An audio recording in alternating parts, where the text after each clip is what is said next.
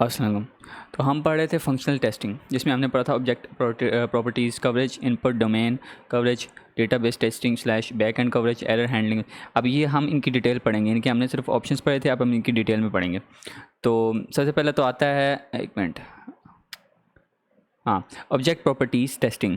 तो object properties यानी वो छोटे बटन्स वगैरह होते हैं, इनेबल, डिसेबल, फोकस, टेक्स्ट वगैरह जो चीज़ें होती हैं ना पेज पर, जो कंटेंट के साइड पे बटन्स हो गए, कोई टेक्स्ट हो गया, कोई इनेबल बटन हो गया, कोई चेक लिस्ट हो गई, कुछ इस तरह के जो बटन्स होते हैं ना, ये ऑब्जेक्ट कहलाते हैं। तो इनकी प्रॉपर्टीज़ होती हैं, तो क्या नाम है, जिसमें इनेबल, डिसेबल, फोकस वगैरह होता है, मतलब कि इनको इनेबल करना, डिसेबल, जैसे चेक लिस्ट को हम टिक करते हैं तो इनेबल हो जाती है, और अनटिक करते हैं तो डिसेबल हो जाती है। इस तरह की कोई प्रॉपर्टीज़ होती है ना, तो उनको ऑब्जेक्ट की प्रॉपर्टीज़ कहते हैं। तो during the functional testing, test engineer validate properties of object in run time. तो उसी दौरान रन टाइम में ही जो प्रोग्राम लाइव जो हम चेक कर रहे होते हैं, उसकी प्रॉपर्टीज़ को वैलिडेट करते हैं टेस्ट इंजीनियर्स, और उनको मतलब टेस्ट करते हैं। ठीक है, तो इसके बाद आते हैं इनपुट डोमेन में। अब इनपुट डोमेन यानी जिसमें हम खुद इनपुट देते हैं। During input domain testing, test engineer validate data provided to the application respect to value end. अब आगे हम मेन जो टेस्टिंग में दो बहुत मशहूर टेक्निक्स हैं जो दी जाती हैं इनपुट डोमेन्स में, उसे कहते हैं इक्विवेलेंस क्लास पार्टीशन, ईसीपी और बाउंड्री वैल्यू एनालिसिस। तो ये चीज़ें होती हैं मिनिमम टू मैक्स दी जाती हैं, मतलब एक वैल्यू होती है, समझो हमने 2 से 10 तक वैल्यू रखनी है, और उसके शुरू के हमें चेक करना होगी बाउंड्री, और एंड की बाउंड्री चेक करनी होगी। तो इसके लिए हम ये बाउंड्री वैल्यू एनालिसिस यूज़ करते हैं, और इक्विवेलेंस क्लास पार्टीशन हम ये नहीं यूज़ करते, sorry, boundary value analysis use करते हैं, इक्विवेलेंस क्लास पार्टीशन हम इसलिए यूज़ करते हैं। आप देखना, user name field allow only lower case with mean 6 max 8 letters. अब ये कह रहा है कि एक यूज़र नेम की फ़ील्ड है जो सिर्फ लोअर केस के लेटर अलाउ करती है। ठीक है, हायर केस के नहीं, A to Z बड़े वाले केस के नहीं करती, लोअर केस की करती है। तो अब यहाँ पे एक कंडीशन आ गई, ठीक है, लोअर केस के लेटर्स चेक करने की। वो आप किससे चेक करेंगे? इक्विवेलेंस क्लास पार्टीशन से। ठीक है, और मिनिमम कितने से होते हैं? 6 करेक्टर चाहिए और 8 करेक्टर चाहिए। ठीक है, सॉरी, 6 लेटर से 8 लेटर के दरमियान होना चाहिए काम। मिनिमम 6 होने चाहिए, मैक्स 8 लेटर्स होने चाहिए। तो सबसे पहले इक्विवेलेंस क्लास पार्टीशन से हम यूज़र नेम के लिए चेक करते हैं क्या सीन है। वैलिड A से Z स्मॉल लेटर्स हैं, ठीक है, ओनली लोअर केस लेटर, ठीक है, वैलिड है। हायर केस लेटर में किस में आ जाएंगे? इनवैलिड में। A to Z higher case, 0 to 9 जो ये मैं बोल रहा हूँ कि ये वैल्यूज़ नहीं आ सकती। ठीक है, 0 to 9 वैल्यूज़ नहीं आ सकती, स्पेशल कैरेक्टर्स नहीं आ सकते। ये वाले तो सिर्फ ये जो मिनिमम टू मैक्सिमम ये इसमें गिने जाते हैं। ठीक है, BVA यानी बाउंड्री वैल्यू एनालिसिस में गिने जाते हैं। मिनिमम टू मैक्सिमम की बाउंड्री चेक की जाती है, और जो lower case to upper case वाली इस तरह की फील्ड्स होती हैं यूज़र नेम में, वो इससे ECP से, मतलब कि इक्विवेलेंस क्लास पार्टीशन से चेक की जाती हैं। समझ गए आप कि इक्विवेलेंस क्लास पार्टीशन से चेक की जाती है कि अल्फ़ाबेट वाली वैल्यूज चेक की जाती हैं, और जो नंबर्स की बाउंड्री चेक करनी होती है ना, मिनिमम टू मैक्सिमम, तो वो इससे बाउंड्री वैल्यू एनालिसिस से चेक करते हैं। अब बाउंड्री वैल्यू एनालिसिस का क्या सिस्टम है देख लें। पहले तो मिनिमम क्या है? 6 है, ठीक है, वो वैलिड है। और मिनिमम, अब ये बाउंड्री वैल्यू एनालिसिस में होता है कि मिनिमम में एक ऐड करोगे और एक माइनस करोगे, ठीक है, ताकि आपको बाउंड्री मिल सके। ठीक है, मिनिमम में एक ऐड किया 1 7 हो गया, ये वैलिड है, और एक माइनस किया 5 हो गया, ये इनवैलिड है। 6 से नीचे तो वैल्यू नहीं चाहिए ना, मिनिमम 6 चाहिए, तो उससे नीचे वैल्यू नहीं होनी चाहिए, तो 5 इनवैलिड हो गया, तो ये इसकी बाउंड्री फाइंड होगी।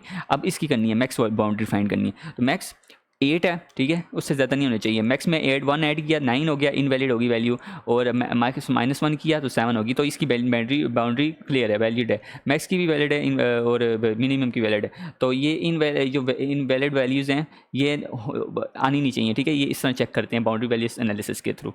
तो अल्फ़ाबेट की हमने चेक कर ली इस तरह इक्विवेलेंस क्लास पार्टीशन से, और बाउंड्री वैल्यू हमने चेक कर ली, बाउंड्री वैल्यू चेक कर ली हमने बाउंड्री वैल्यू एनालिसिस से। ठीक है, तो ये डेटाबेस टेस्टिंग क्या होती है? Database during the database testing test engineer validate the data with respect to database.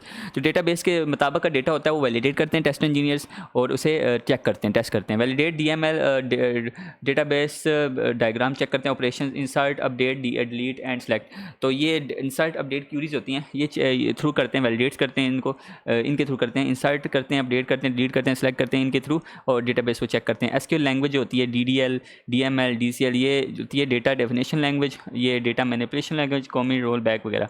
तो ये create, alter, drop in through in points के थ्रू इन जो ये हैं क्यूरीज लैंग्वेज है, स्ट्रक्चर लैंग्वेज है, इनके थ्रू वो डेटा इंटर करते हैं, लीड करते हैं, इंसर्ट करते हैं, अपडेट करते हैं, क्रिएट करते हैं, अल्टर करते हैं, इनके थ्रू वो अपडेट डाल के लीड करके रीनेम करके डेटा टेस्ट करते हैं। ठीक है, समझो उसकी लैंग्वेज में उसको टेस्ट करते हैं डेटाबेस को, तो वो लैंग्वेज ये है, इंसर्ट अपडेट डिलीट और सेलेक्ट। इसके थ्रू वो ये आप डेटाबेस लाजमी आनी चाहिए, एसक्यूएल आपको लाजमी आनी चाहिए डेटाबेस टेस्टिंग के लिए। ठीक है, तो एसक्यूएल के लिए आप छोटा मोटा कोर्स कर सकते हैं, या फिर मैं इंशाल्लाह वीडियो बना दूंगा, अगर टाइम मिला तो मैं एसक्यूएल की बेसिक क्यूरीज डाल दूंगा जो लाजमी होती है एक टेस्टर के लिए। ठीक है, तो एरर हैंडलिंग टेस्टिंग किस तरह होती है? Validate error message thrown by the application when we provide invalid data.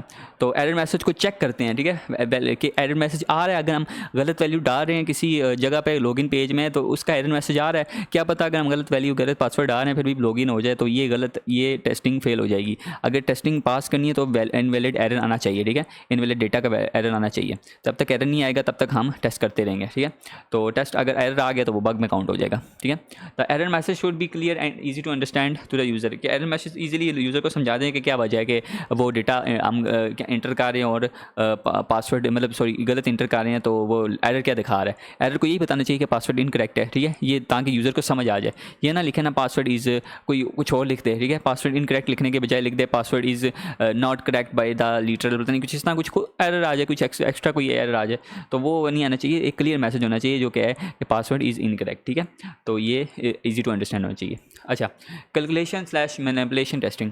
अच्छा, वैलिडेट मैथमेटिकल कैलकुलेशन, इसमें मैथमेटिकल कैलकुलेशन जो होती है ना उनको वैलिडेट करते हैं कि कोई मैथमेटिकल एरर ना हो। ठीक है, टेस्ट करते हैं। सॉरी, लिंक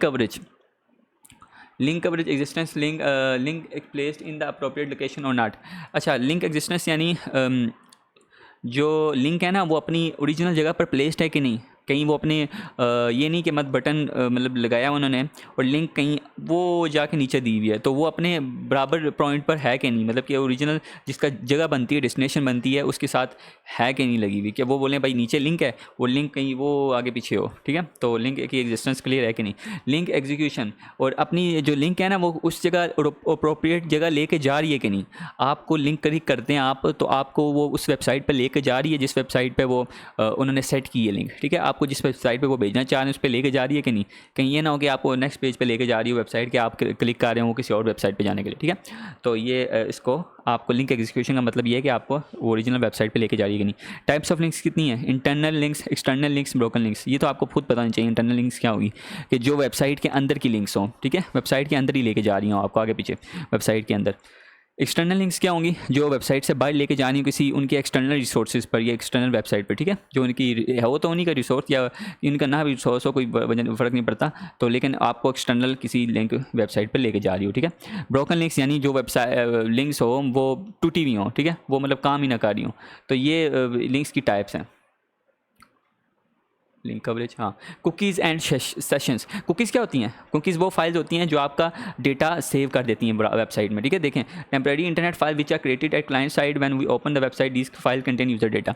ये याद रखें, जब आप कुकीज़ को एक्सेप्ट करते हैं तो आप देखते होंगे कि एक जगह आपको जब आप पासवर्ड वगैरह कहीं लगाते हैं आपको एक मैसेज आता है कि सेव योर पासवर्ड। ठीक है, वो पासवर्ड सेविंग कुकीज़ होती हैं। अब एक जगह आप कहते हैं वेबसाइट इंटर करते हैं, आपको नीचे लिखा आता है कि एक्सेप्ट कुकीज़। तब तक जब तक आप एक्सेप्ट नहीं करते तब तक आप जब जहाँ भी क्लिक करते हैं वो क्लिक नहीं हो रहा होता। तो इस वजह से वो आपका डेटा सेव करने के लिए जो भी आप उस वेबसाइट पर काम करेंगे, कुछ भी आप बाय करना चाहते हैं, डाउनलोड करना चाहते हैं, वो जो भी आपका डेटा यूज़र डेटा सेव करने के लिए कुकीज़ यूज़ होती हैं, तो वो आपसे एक्सेप्ट करवाते हैं। सेशंस क्या होते हैं? Sessions are time slot which are allocated to user at the server side. ठीक है, session are time slots which are allocated to user at the server side. तो सेशंस वो होते हैं जो टाइम स्लॉट्स होते हैं जो यूज़र को एलोकेट किए जाते हैं सर्वर की साइड पर। ठीक है, सर्वर वाली जो साइड होती है ना वो उधर एलोकेट किए जाते हैं, सॉरी सर्वर साइड, तो यूज़र को दिए जाते हैं, sorry time slots. Non functional testing आ गई। ये सबसे मेरी जो है ना फेवरेट टेस्टिंग है। इसमें परफॉर्मेंस टेस्टिंग याद रखें हमेशा JMeter से बेस्ट रहती है, क्योंकि JMeter में बहुत ज़्यादा ऑप्शंस होते हैं और ये फ्री भी है। तो जो फ्री चीज़ है बस उसी पे आप टेस्टिंग करें, क्योंकि मैं आपके JMeter का इंशाल्लाह ट्यूटोरियल दूंगा, कोई टेंशन नहीं है, तो तब आप वहाँ से उसको देख लेना। ठीक है, हम लोड टेस्टिंग करेंगे, स्ट्रेस करेंगे, वॉल्यूम करेंगे। तो परफॉर्मेंस टेस्टिंग आ गई, सिक्योरिटी टेस्टिंग आ गई, रिकवरी टेस्टिंग आ गई, कंपेटेबिलिटी टेस्टिंग आ गई, कॉन्फ़िगरेशन टेस्टिंग आ गई, इंस्टॉलेशन टेस्टिंग आ गई, बस। और अब हम इसको पढ़ते हैं। परफॉर्मेंस टेस्टिंग क्या होती है? टेस्टिंग लोड क्या होता है? Testing speed of the system while increasing the load gradually till the customer expected number. Customer एक नंबर देता है ना, उस तक हम लोड इंक्रीज़ करते हैं। तो जब जितना कस्टमर नंबर देता है उस तक हम लोड इंक्रीज़ करते जाते हैं और चेक करते हैं कि वेबसाइट वो ना हो जाए, हैंग ना हो जाए, ठीक है। तो ये लोड टेस्टिंग होगी, ठीक है। कस्टमर के नंबर के मुताबिक लोड डालना वेबसाइट पर, ठीक है। स्ट्रेस टेस्टिंग यानी testing the speed of system while increasing reducing the load on system to check any way it's breaking. अच्छा, सिस्टम की एक ब्रेकेज भी होती है जब हम ज़्यादा लोड डाल देते हैं ना। फॉर एग्जांपल वेबसाइट बनी है 1000 यूज़र्स के लिए, तो अगर हम 1020 यूज़र आ जाएंगे उसके ऊपर तो वेबसाइट हैंग हो जाती है। तो उसको चेक करने के लिए कि उस वेबसाइट की लिमिट क्या है, लिमिट को फाइंड करने के लिए ये स्ट्रेस टेस्टिंग की जाती है, ठीक है। उस पर हाई लोड दिया जाता है, इतना दिया जाता है कि वो जब तक वो उसकी वेबसाइट हैंग ना कर, ब्रेक ना कर जाए, तो तब तक उसको ऊपर स्ट्रेस डाला जाता है। तो वहाँ पे उसका नंबर चेक कर लिया जाता है कि कितना ये लोड बर्दाश्त कर सकती है। Volume checks how much volume data is able to handle by the system. तो यही है कि कितना वॉल्यूम ऑफ डेटा जो है, कितना डेटा सिस्टम हैंडल कर सकता है, ठीक है। कितना डेटा उसमें डालो तो वो हैंडल कर लेगा। तो ये होगी volume testing. Security testing, testing security provided by system. अब सिक्योरिटी टेस्टिंग की क्या है types? Authentication, access control, authorisation, encryption, decryption. अच्छा, ये सारी जो सिक्योरिटी टेस्टिंग होती है सिस्टम की सिक्योरिटी को चेक करती है और उसमें चेक करती है कितनी ऑथेंटिकेशन चेक करती है, एक्सेस कंट्रोल चेक करती है, ऑथराइजेशन यानी कि जिसको एक्सेस है वही उसको पासवर्ड उसका खोल रहा है, और तो नहीं एक्स्ट्रा लोग जिसके पास अनऑथराइजेशन हो तो वो खोल रहे हो। तो जिसके पास ऑथराइजेशन है वही वो खोल रहा है, तो ये चेक करती है। और इनक्रिप्शन, डिक्रिप्शन चेक करती है वगैरह। Recovery testing, testing recovery provided by the system whether the system recovering abnormal to normal condition और नॉट। अच्छा, रिकवरी टाइम चेक करती है कि जो सिस्टम है वो अपना टाइम पर रिकवर हो रहा है कि नहीं, whether system recovering abnormal to normal condition और नॉट, कि जो सिस्टम है वो अपने नॉर्मल कंडीशन में रिकवर हो रहा है कि नहीं, ठीक है। अपनी नॉर्मल कंडीशन पे रिकवर हो जाता है या नहीं हो जाता, इससे कहते हैं रिकवरी टेस्टिंग। कंपैटिबिलिटी टेस्टिंग, ये तो आपको पता होना चाहिए कि सिस्टम जो है आपका सॉफ्टवेयर है वो किस किस हार्डवेयर पे कंपैटिबल है। ऑपरेटिंग सिस्टम पे कंपैटिबिलिटी चेक करती है, हार्डवेयर पे चेक करते हैं, ब्राउज़र पे चेक करते हैं, forward and backward. Operating system यानी डिफरेंट ऑपरेटिंग सिस्टम पे डाल के, यानी लिनक्स, विंडोज़ वगैरह सब पे चेक करते हैं डाल के। हार्डवेयर में चेक करते हैं कि कितने हार्डवेयर आपके सिस्टम को बर्दाश्त कर सकते हैं। फॉर एग्जाम्पल जो सिस्टम रिक्वायरमेंट आप जब भी देखते हैं गेम के, तो वो इसके मुताबिक उसी तरह होता है कि उस हर सिस्टम पर तो नहीं डाल के चेक करते, लेकिन एक स्पेसिफिक सिस्टम पर गेम्स डाली जाती हैं ताकि उस पर कि गेम कितना परफॉर्म मिनिमम उस सिस्टम पर चल रही है कि नहीं, और मैक्सिमम सिस्टम पे गेम चेक की जाती है कि रिकमेंडेड जो आपको सिस्टम रिक्वायरमेंट मिलते हैं ना, उस पर गेम किसी अच्छे सिस्टम पे डाल के चेक की जाती है कि ये 1080p पे गेम चल रही है कि नहीं, रिकमेंडेड सेटिंग उसकी फिर वो लगा देते हैं आपको दे के। तो ब्राउज़र कंपैटिबिलिटी क्या होता है कि ब्राउज़र डिफरेंट किस्म के ब्राउज़र चेक करते हैं, क्रोम, सफारी, फायरफॉक्स, हर ब्राउज़र पे एप्लीकेशन चला के चेक करते हैं कि उस पर कंपैटिबल है कि नहीं, उस पर चल रही है सही कि नहीं। तो हार्डवेयर कंपैटिबिलिटी का भी यही है कि हार्डवेयर पे चेक करते हैं, हर हार्डवेयर पे चेक करते हैं कि आपके उस पर कंपैटिबल है कि नहीं। फॉरवर्ड एंड बैकवर्ड क्या होता है? फॉरवर्ड बैकवर्ड होता है कि मतलब कि दो किस्म की होती है ना, फॉरवर्ड होती है एक आगे की जो वर्जन होता है, और एक बैकवर्ड होता है पीछे का वर्जन। तो जब हम सिस्टम अपडेट करते हैं, वो एप्लीकेशन अपडेट करते हैं, तो उसका फॉरवर्ड वर्जन जो है वो क्या नाम है जो चल रहा है वो फॉरवर्ड तो चलेगा उस सिस्टम पर, लेकिन बैकवर्ड भी चल रहा है कि नहीं, ठीक है। फॉरवर्ड एंड बैकवर्ड कंपैटिबिलिटी के उसका अगर फॉरवर्ड वर्जन आ जाता है तो बैकवर्ड तो नहीं सपोर्ट छोड़ जाता, तो बैकवर्ड भी चल रहा है कि नहीं, तो वो चेक करते हैं forward and backward compatibility. Installation testing, testing installation of the application customer expected platform and check installation step navigation how much space is occupied in the memory check uninstallation। अच्छा, ये आपको पता होना चाहिए कि इंस्टॉलेशन टेस्टिंग में system का जो होता है वो इंस्टॉल करके कस्टमर का एक्सपेक्टेड प्लेटफॉर्म जो चाहता है, जिस प्लेटफॉर्म पे वो चाहता है उसको इंस्टॉल करके देखते हैं और चेक करते हैं इंस्टॉलेशन स्टेप्स को, नेविगेशन से उसकी चेक करते हैं, और ये चेक करते हैं कि कितना स्पेस वो ले रही है, ठीक है। इसकी सारी प्रोसेस को चेक करते हैं, चेक इंस्टॉलेशन को चेक करते हैं, ठीक है। तो फिर अब आ जाते हैं सैनिटेशन टेस्टिंग या गार्बेज टेस्टिंग जिसे हम कहते हैं। Check whether the application is providing any extra additional feature beyond the customer requirement. ये चेक करते हैं कि जो यूज़र चाहता था उसके अलावा भी कोई एक्स्ट्रा फीचर वो दे रहे हैं कि नहीं, एप्लीकेशन दे रही है कि नहीं, तो वो भी चेक करते हैं।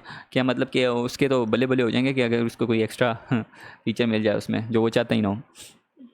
तो टेस्टिंग टर्मिनोलॉजी, अच्छा ये मैं कहता हूँ आगे पढ़ेंगे क्योंकि आज के लिए काफ़ी है, ज़्यादा हो जाएगा डेटा। तो चलें फिर इंशाल्लाह आगे अगले उसमें लेक्चर में पढ़ेंगे। अल्लाह हाफ़िज़।